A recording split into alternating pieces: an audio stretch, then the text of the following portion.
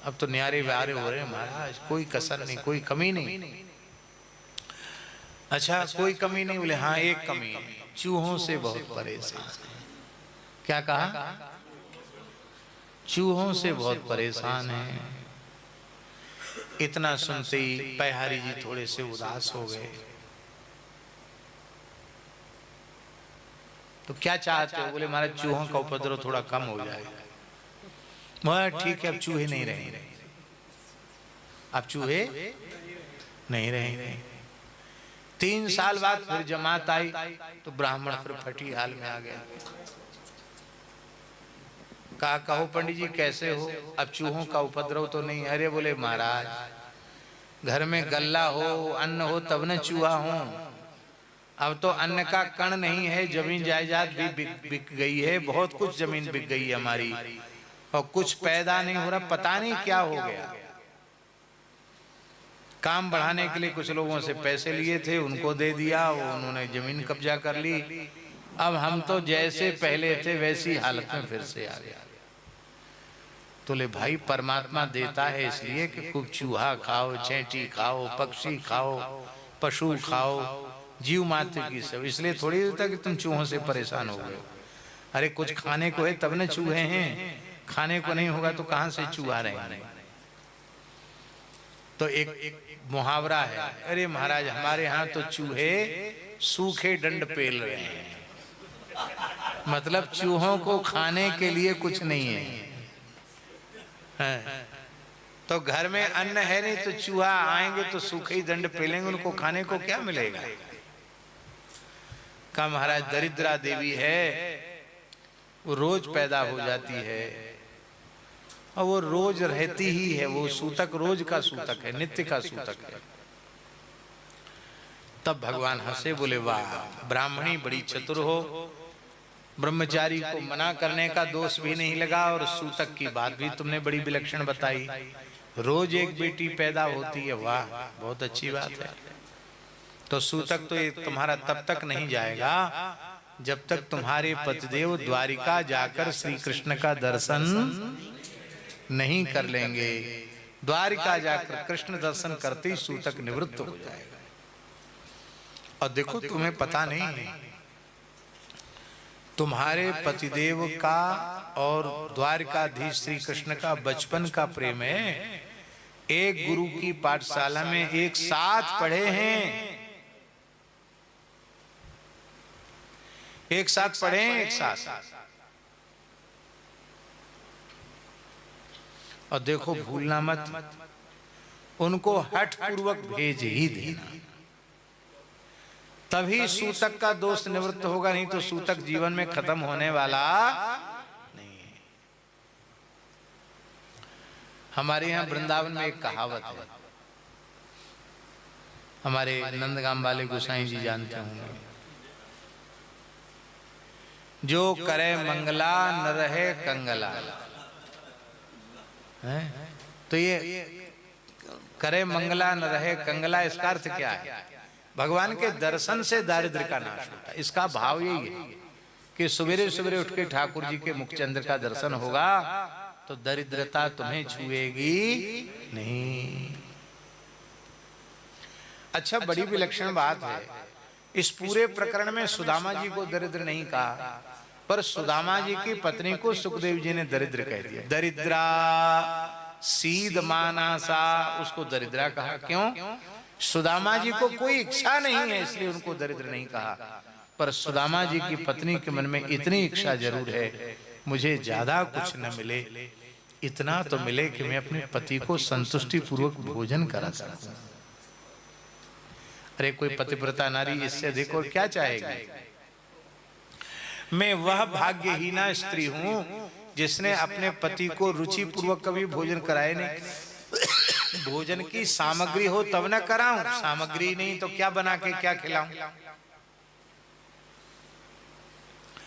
जैसे सुदामा जी कंदमूल फल लेके आए, सुदामा जी की पत्नी ने कहा कि हमें पता चला है कि आपकी मित्रता द्वारकाधीश भगवान श्री कृष्ण के साथ है। हाँ है तो सही, आपने अब तक हमको बताया क्यों नहीं? बोले क्या जरूरत थी बताने की, तुम पूछ रही हो तो बता रहे हैं। भाई उनसे हमारी मित्रता कुछ पाने के लिए थोड़ी है, कुछ लेने के लिए नहीं है। तब किस लिए? बोले देने के लिए है। ब्राह्मणी बोली आपके पास है क्या जो आप दोगे? हम ब्राह्मण हैं, आशीर्वाद देते, लाला को मस्त रहे, मौज कर, आनंद ले। हम ब्राह्मण कहा दे सके तो आशीष दे रहे। जुग जुग जीवेरी यशोदा मैया तेरो ललन, आशीष दे सके ना हम। रानी तेरी तेरो चिर जीवो गोपाल, तो आशीष दे सकते हैं और हमारे पास है क्या? तो महाराज अब तो आपको जाना पड़ेगा, क्योंकि दास्यति द्रविणम भूरी सीदते ते कुटुंबिने, आपका कुटुंब बड़ा है, तो आप जाएंगे तो कुछ न कुछ तो आपको देंगे, तो घर में बढ़िया हो जाएगा। सुदामा जी बोले हमारी मित्रता कुछ लेने के लिए नहीं, देने के लिए, और मैं अपने मित्र को सदा आशीष देता हूं।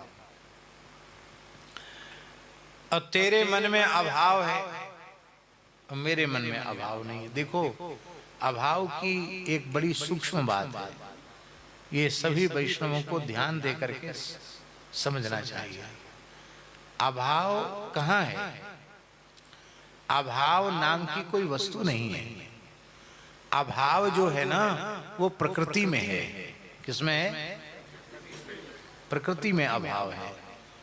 जब तक शरीर संसार जो प्रकृति है उसमें हमारा मन रहेगा, हमारी चित्त की वृत्ति रहेगी, तब तक हमारा अभाव मिटने वाला।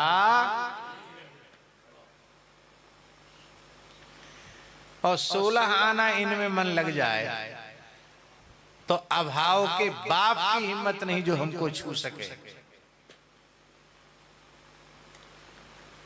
जब तक शरीर संसार में स्थिति रहेगी तब तक अभाव समाप्त होगा नहीं, चाहे चक्रवर्ती सम्राट बन जाओ तो भी। और इनमें मन रम जाए तो अभाव तुम्हें छू नहीं सकेगा। सुदामा जी की चित्तवृत्ति तो अहरनिश श्री कृष्ण के नाम रूप गुण लीला में रमण करती है, उनको भला अभाव कहां स्पर्श करेगा?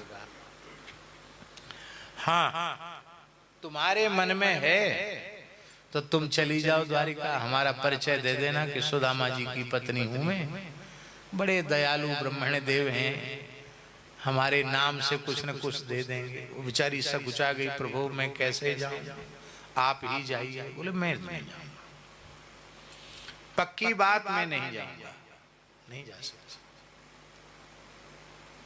अब समझ गई वो कि तो नहीं जाएंगे, कह दिया तो कह दिया, अब नहीं जाएंगे ये। तब ठाकुर जी भीतर बैठे हैं अंतर्यामी। तो श्री ठाकुर जी ने कहा शरीर है सुशीला का और वाणी किसकी है? ठाकुर जी की। ठाकुर जी ने कहा अयम ही परमो उत्तम श्लोक दर्शनम। अरे रुपया कौड़ी अन्न धन नहीं चाहते हो क्या? अपने प्राण प्रियतम श्री कृष्ण के मुखचंद्र का दर्शन भी नहीं चाहते हो क्या? क्या दर्शन करने की इच्छा नहीं आपकी? इतना सुनते ही सुदामा जी के हृदय में विरह व्याप गया। हाय हाय हाय हाय।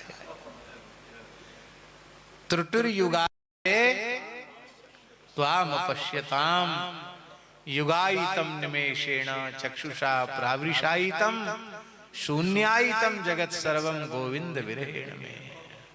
विरह व्याप्त हो गया। ये बिल्कुल ठीक कहती है। बहुत दिन हो गए श्याम सुंदर का मुख कमल नहीं देखा है, लेकिन फिर भी निष्कामता इतनी है कि कहीं मेरी प्रीति में कलंक न लग जाए कि सुदामा अपनी गरीबी दिखाकर द्वारकाधीश से कुछ ले आया। फिर अपने मन को रोका। बोले मन ही मन उनकी याद करना, उनके स्वरूप का ध्यान करना, लीला का चिंतन करना, यही मेरी पूंजी है, मुझे वहां नहीं जाना।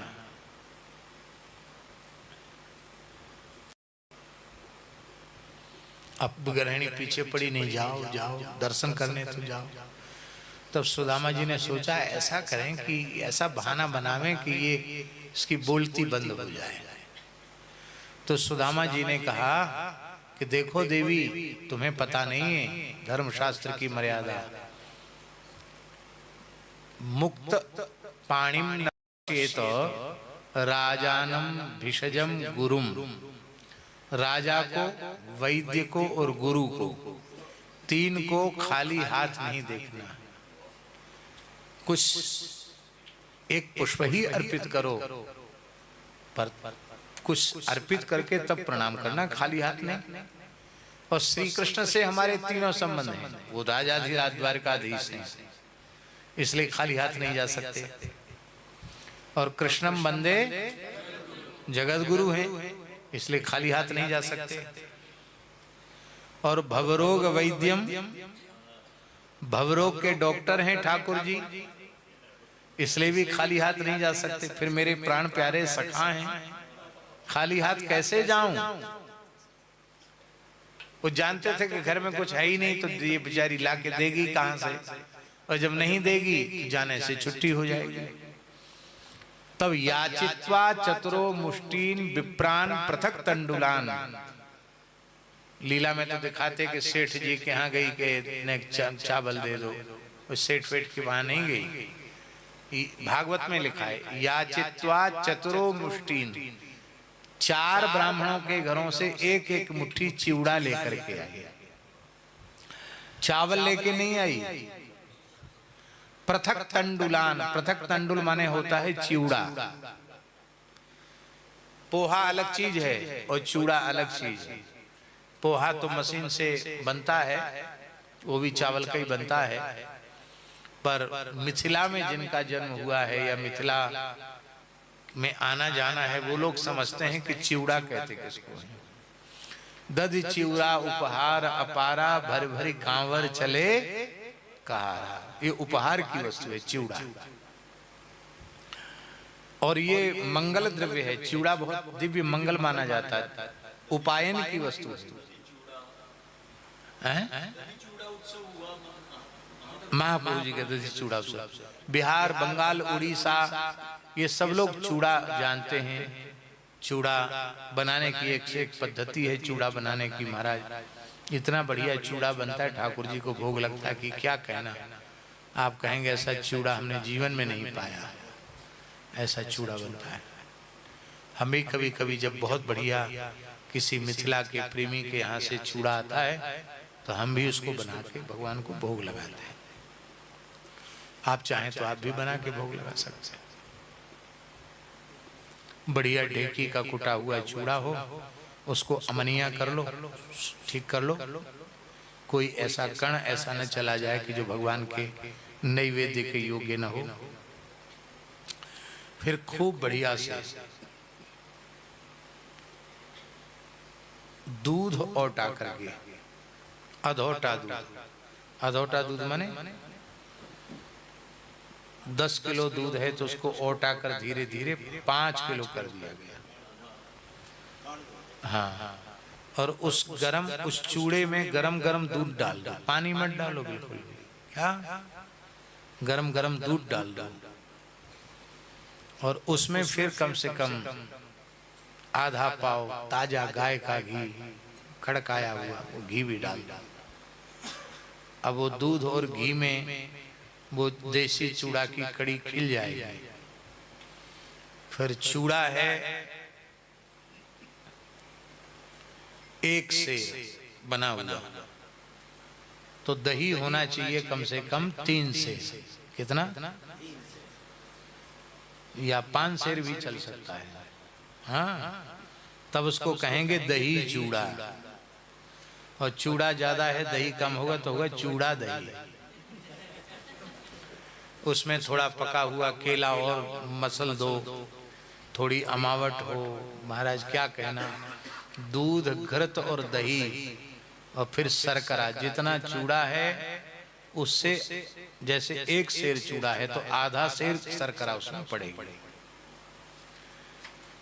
ये उसका प्रमाण है। इस तरह का चूड़ा बना करके भोग लगाओ, देखो क्या बढ़िया दिव्य वस्तु है चूड़ा। भगवान जल्दी राजी हो जाए और जो भगत पावे वो भी जल्दी राजी हो जाएं। उनसे नहीं कहना पड़ेगा कि महाराज आशीर्वाद दो, ऐसा बढ़िया चूड़ा खिलाओ, अपने आप आशीर्वाद निकलेगा। बोलो वृंदावन बिहारी।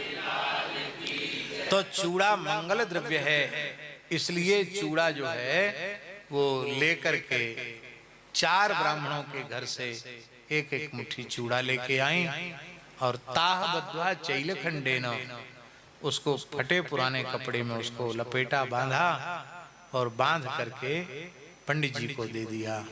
अब द्वारिका जा रहे हैं, इतने जल्दी तो द्वारिका पहुंचेंगे नहीं सुदामा जी, थोड़ा समय तो लगेगा कि नहीं लगेगा।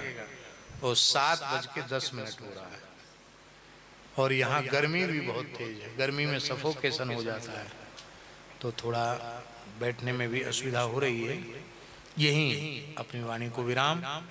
माँ जय श्याम, जय जय श्री वृंदावन।